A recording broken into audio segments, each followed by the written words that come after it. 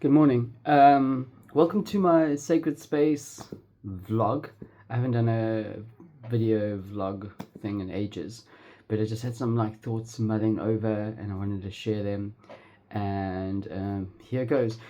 In no particular order, and hopefully there is some sort of order.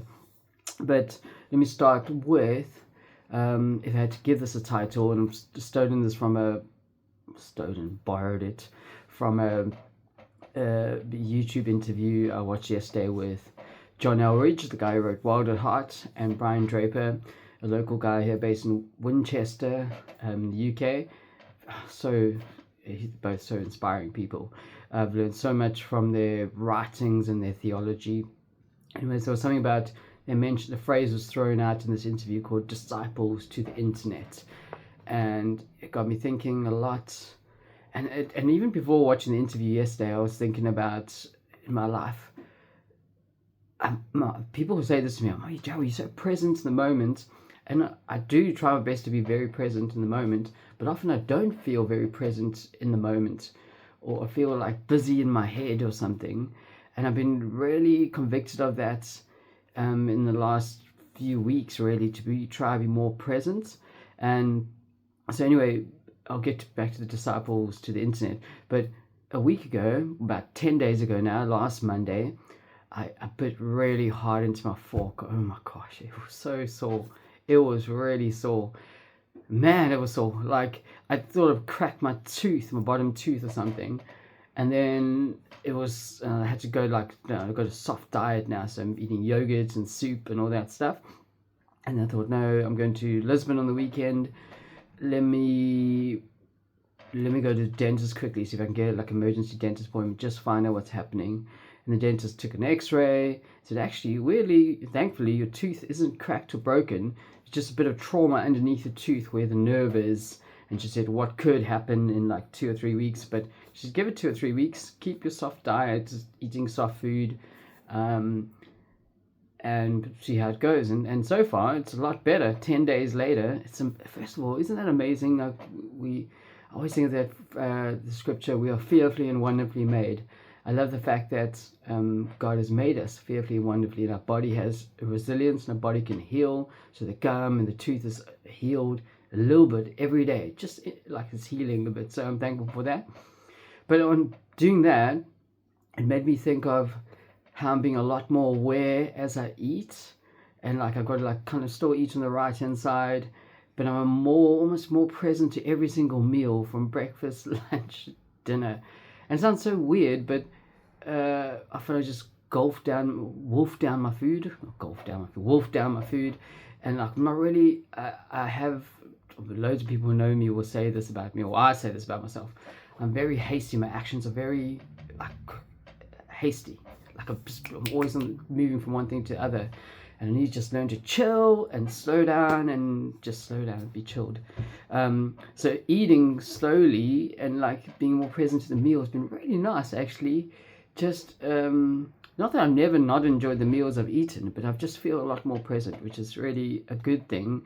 And this whole thing about being a lot more present, I thought, now going from this topic to another one, I sometimes listen to Lectio 365 or something. It's a prayer app on your phone, and it's the morning prayer is about 10 minutes or 11 minutes. And you know what? 4 minutes in, and my brain is already distracted. I'm trying to look at my phone while the prayers looking at other things. And I can't even give God 11 minutes. I can't even be present for 11 minutes. And this is the whole thing about, we live in this rush culture, going from one thing to other. We lived in this distracted culture. I feel very distracted. And I had this phrase that came up. I don't know it's mine, but I've not seen it quoted anywhere, but I like it. I always ask, do you own a mobile phone? Or could you ask the question, does the mobile phone own you?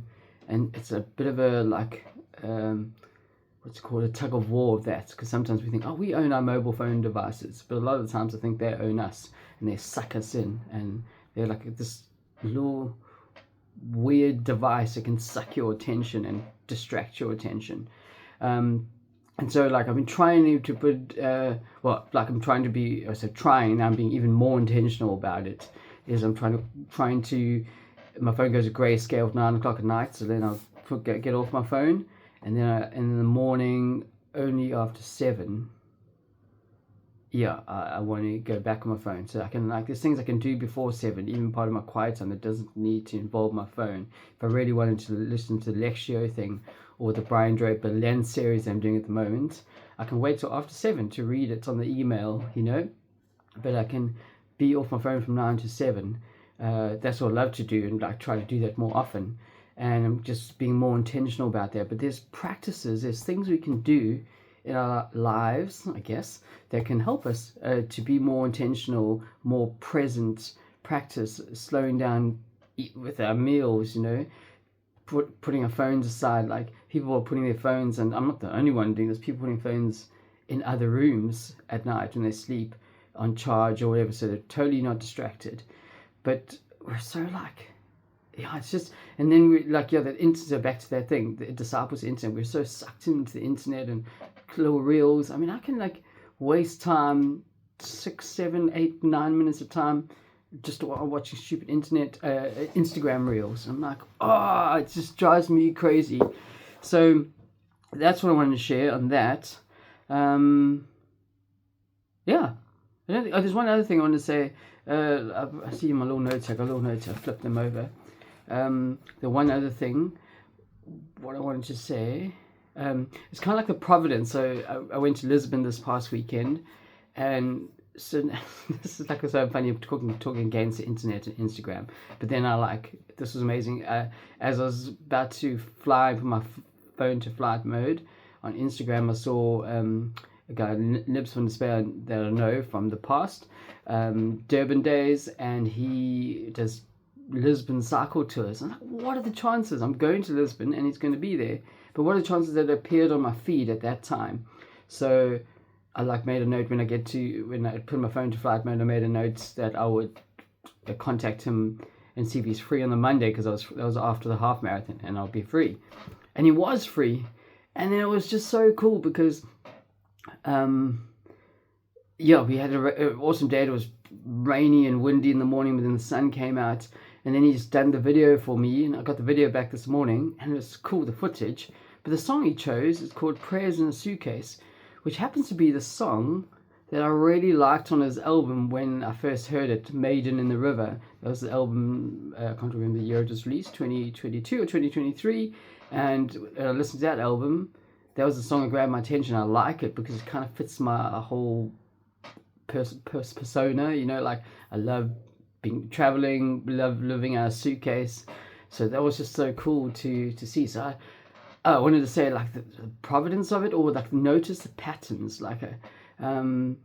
Really, it's important to notice patterns in the workings of God in our lives, and see what he's doing. And I feel that was a God ordained thing to spend some time with Nibs on the Monday cycling. We got so good to catch up, and he spoke good pearls of wisdom, very spiritual, thoughtful man. So good to hang out with him.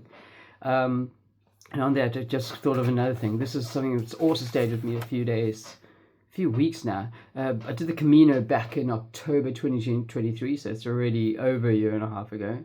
And anyway, on this pilgrimage, I met a fellow pilgrim, and she was so, I'm not going to name her, but she was so